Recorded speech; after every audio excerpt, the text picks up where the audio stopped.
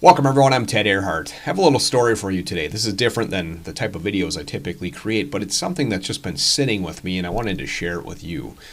So I'm at a barbecue most recently, and there's an individual at this barbecue who I don't know. This person doesn't know me, doesn't know that I'm a CFP, Certified Financial Planner. And anyway, this is a social setting, group setting. The topic turns to financial advice. And this individual proceeds to start lobbing insults and just bashing financial advisors, basically collectively as a group. And again, I don't know this person, so I'm just not saying anything. I'm just going to sit back and listen. And anyway, this guy proceeds to explain that he worked for one of these national banks, a huge name that you surely would recognize.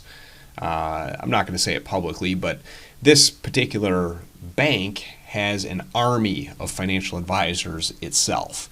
And this guy said that he worked in the mortgage department of this bank, and what he would routinely see is some of these financial advisors that again were employees. They would be applying for loans themselves for cars, homes, etc. But what he would regularly see is many of these individuals who were financial advisors would be living paycheck to paycheck or just buried in debt. So ultimately the conversation turned to something else. I never said anything, but the conversation sat with me and I had some time to kind of think about it after the fact. And on the one hand, it's obviously really frustrating when someone is taking a broad brush and painting an entire industry or profession in a negative light. But on the other hand, I can understand that some of the sentiment being expressed. I mean, it definitely doesn't paint a good picture. Folks that are supposed to be in the business of giving good guidance when their own personal situation is in disarray. So this really kind of brought me back to, I was just thinking about what brought me into this industry to begin with. And the short story on that is when I was 18, my dad gave me this book. It's written by Peter Lynch, who's one of the great investors of all time. And the book was not just an investment book, it was really a personal finance book tailored for young folks. And long story short, this instilled the idea in my brain that you can use discipline and your mind, your intellect, to make smart decisions about money. And of course, by doing so, this can get you ahead in life. And that so resonated with me that I ultimately went on to get a finance degree in college. And when it was time to choose a profession, I just thought to myself, you know what? I really enjoy personal finance, investing, making smart decisions about money. If I can help others do the same thing, the same types of approaches that I want to use personally, and I can do so and make a decent living, what a win-win situation.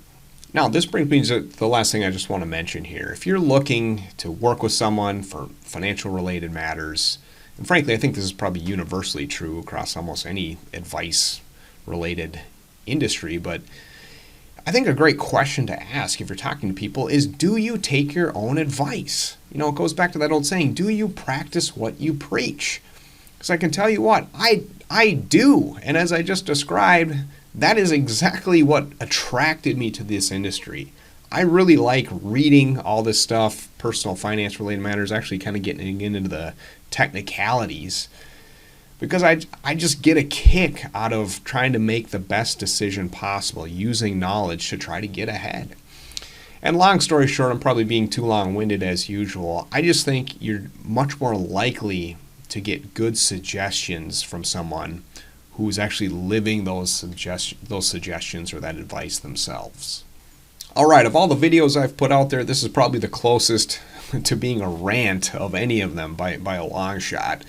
But look, I put this together because I think it's important that people get a little better sense of my background, what brought me into the industry, and what continues to motivate me to this very day. And that's really, again, just this personal interest in making good decisions about money and helping others do the same.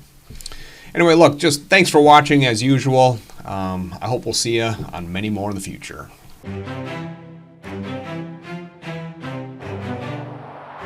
Bye.